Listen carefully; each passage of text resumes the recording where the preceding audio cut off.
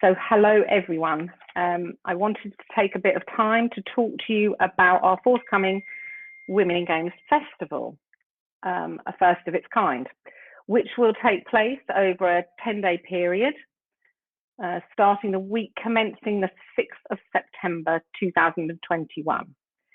It will predominantly take place online, but we are currently considering hybrid activities subject to developments in regards to COVID, which, as we are all aware, is a movable feast.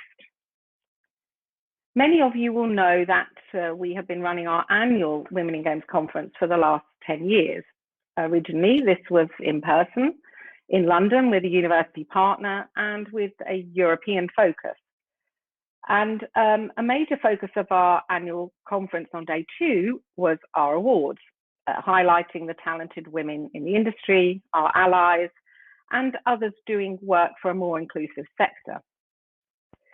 Last year, when we were thrust into the pandemic, we realized we needed to make a bold response for our community and for the industry. So we adapted and pivoted our conference, turning it into a global and online event.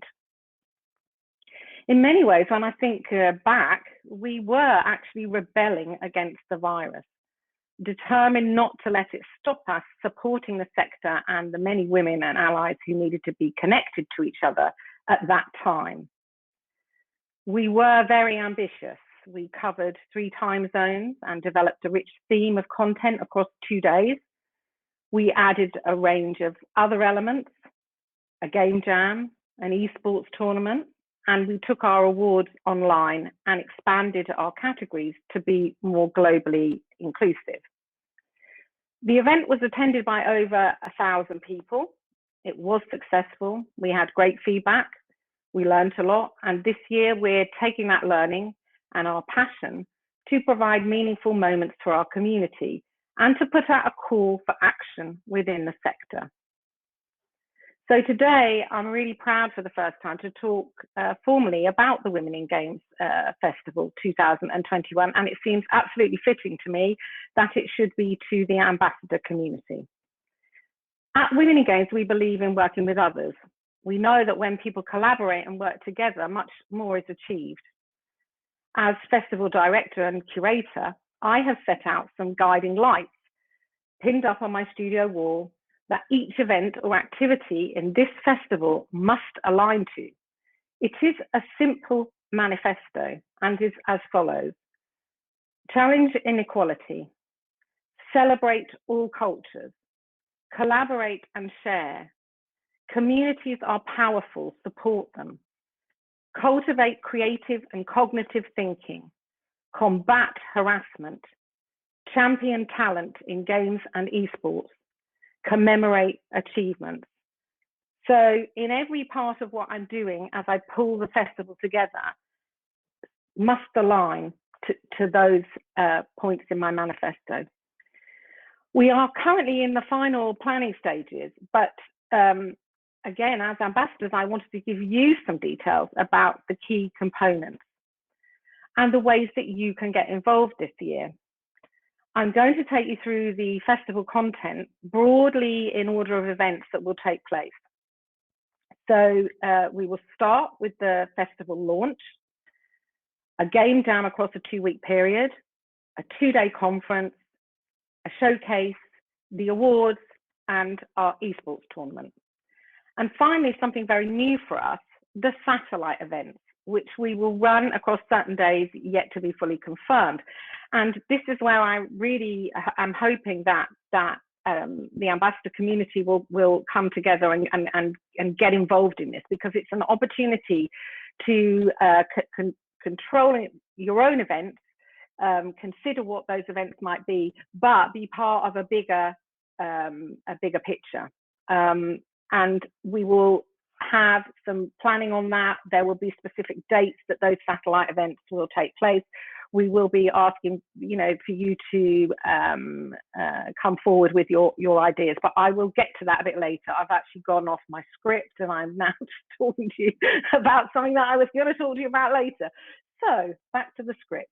First up, and in that order, the festival launch.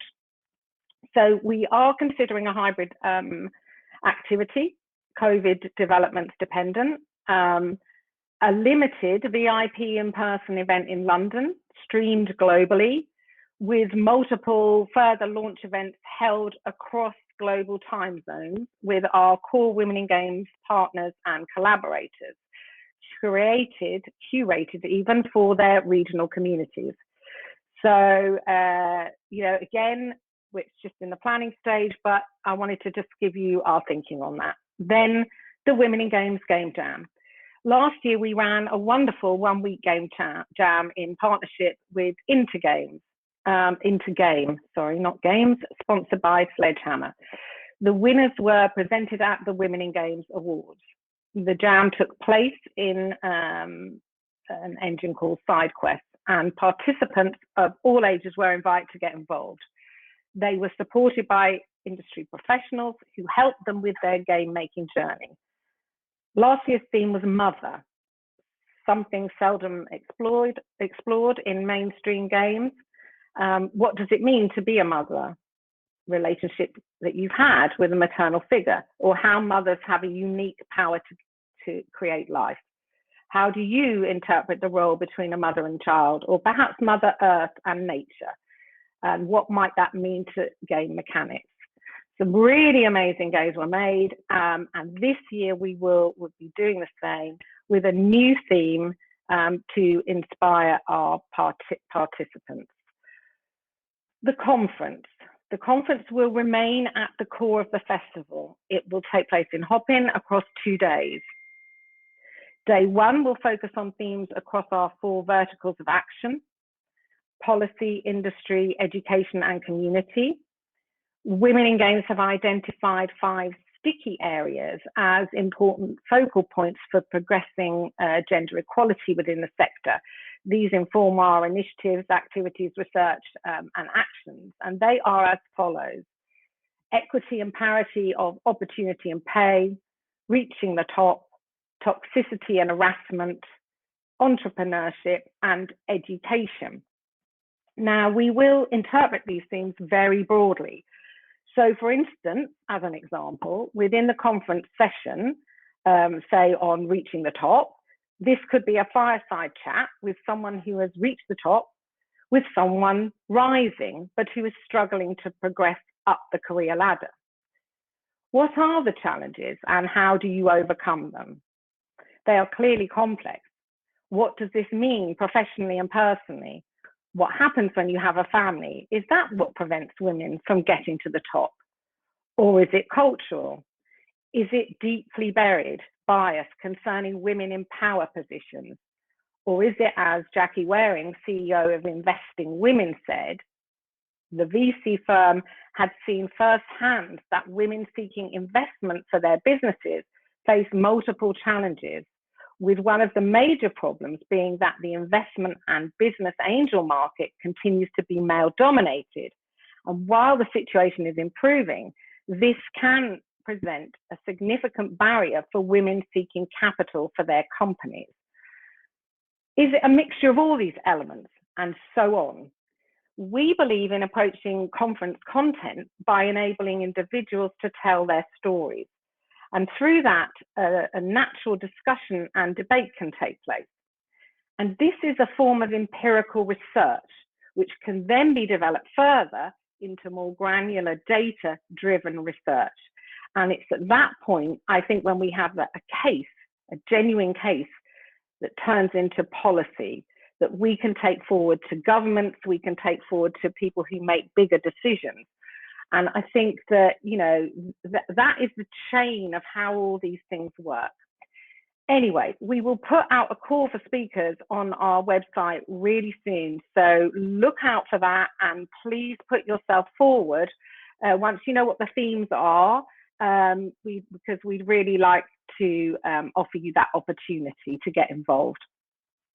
Day 2 of the conference will actually be an expo and networking focused event. In March, we held our first Careers Expo and networking event, and it was wonderful to see all our corporate ambassadors involved in the Hopin booth, where individuals could learn more about studio cultures, have their CVs and portfolios reviewed, and get expert advice and tips. So we know the value of the Hop-In platform in enabling this kind of interaction, and we'll utilize that fully in day 2 of the conference. If your studio is not a corporate ambassador yet, then please consider joining us to access all these up and coming opportunities. It's showtime. This is part of the festival that will showcase creativity and unique skills. The It's Showtime project was launched last year with Women in Games working in partnership with Winchester School of Art, with the advice from Kaylee Bryant-Greenwood, who is head of public programs at the Smithsonian American Art Museum in Washington. It's been delayed due to capacity, but we are currently working hard to bring this to life for the festival. And the manifesto for It's Showtime is, they are like me, I could do that. 50% of the population is female, 50% of players globally are female, but women are still underrepresented even in the industry, the biggest of all the creative entertainment industries.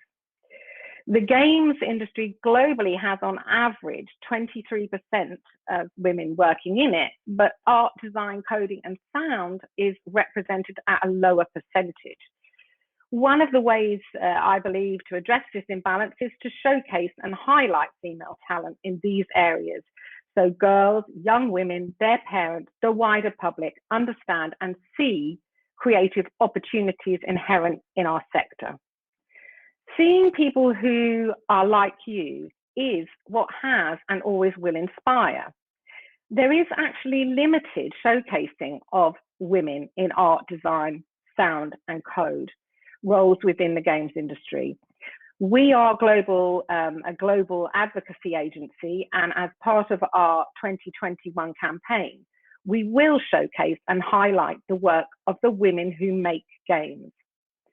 If you are interested in contributing to this project and have a portfolio in any of the 4 areas outlined or across those 4 areas, then please get in touch with us. A call to action for It's Showtime will be on the website next month. The esports tournament. In the 2020 conference, Women in Games co-hosted our first ever esports tournament, the Cat Collective Community Cup, an 8-team invitational community level grassroots Overwatch tournament designed to make friends with and reward the long-standing Overwatch community organizations across Europe. The event was for all those who identify as a woman and non-binary. The second day was a fun event broadcast on Twitch designed to be accessible to girls and women new to esports, as well as casual female Overwatch players. The tournament was managed by professional tournament operator Monkey Bubble, and it was a wonderful tournament, and we will be running our second one this year. The awards, celebrating the achievements of women and organizations working in the games industry from all over the world, has been a long-standing priority for Women in Games. For 2021, as part of our festival, we are making the awards bigger and better than ever. We have expanded the awards to include 13 new awards, including esports and gaming world. The awards have always been a highlight of the year for the Women in Games community, and we see the importance of recognizing the amazing talents, initiatives, and advocates that we have within the sector. Last night, we launched an exciting webinar series called Women in Games Meet the Winners webinars. God, that's quite difficult. That's a bit of a mouthful to say. And this is to highlight our award winners. Award ceremonies can just come and go. And I hope you will all agree, it's actually really interesting to learn more about the amazing award winners and what the award means to them. And we felt that it was really important to do that. And so that's why we're putting this series on. We are launching the awards on June the 3rd. So please look out for the announcements on that on social, and obviously that it will be on our website too. The first webinar was last night and is up on YouTube, so you'll be able to find it there. We'll put a link up to the webinars also as they happen or as they pass on the website. So just keep a lookout for them. But I attended the beginning of yesterday's webinar, and it was really very inspiring. So I recommend you all to watch the one that's already gone, but also attend the ones that are forthcoming. So this brings me now to satellite events, and this is something I'm very excited about, because I think it's a way for us to genuinely engage our community and enable our community to actually communicate all the kinds of things that they're doing, and all at the same time, so we have that very clear focus around what the festival contains. So finally, the forthcoming gathering, I'm calling it, in the Women in Games galaxy will not be complete without its satellite planet. So I'm going for a bit of I'm going for a planetary theme for the festival. This year, for the first time, we are actively seeking out your support to run independent but connected events across the festival period. We are open to all kinds of suggestions across all areas of games and adjoining spaces. And we'll open up the opportunity on our Women in Games website next month, so look out for the link. I really want you to come forward with your thoughts and ideas. And once we've kick-started it, we'll obviously start coordinating it, and we'll give you, support and advice about your events, and we'll also schedule your events into all the right spaces. So you will then appear on our festival website as well. Now, pew, that's a lot of information I've just thrown at you. And if you haven't captured it all, don't worry. In the next few weeks, everything will be on the main website and further down the line on the festival website. But I think it was important today to just be able to tell you something. Now, my role here also is for summing up. But one of the difficulties about summing up is that when there's so much going on and you're trying to consider it all and digest it all, the summing up becomes quite difficult to do. So I don't know that I'm actually ready to sum up the event for today. So, but what I can tell you is that Sharon, who a lot of you know, will be writing a postscript of the conference, which will go up on the website soon, and that gives us all a chance to digest everything that's happened, provide our thinking on it, and then kind of condense that for you all to see. So look at the website next week, and we'll have that up there. But what I can say is that, Gemma Johnson-Brown kicked off the event this morning with a wonderful and moving opening. And between the roundtables, I have been dropping in to a variety of sessions, and all I can say is that they all provided me with insights and new knowledge. I sincerely hope you have all taken something with you from this event and enjoyed the company of others via the networking. And it's not over. The event will be open until 8 p.m. for networking. Under the sessions tab, you will find themed rooms for group networking, where you can discuss ideas for satellite events, show off your pets, and connect with your fellow ambassadors. We've set up 4 networking party sessions under the sessions tab for group networking and discussion. They are event collaboration rooms, so perhaps this is where you can even begin to start talking about events and festival events and collaborations together. The pets room, which is always really, really popular, the chill and chat room, and the gaming room. And as Gemma Johnson-Brown said in her opening remarks, what you do as ambassadors is meaningful and represents change. It might not be obvious, but it is happening.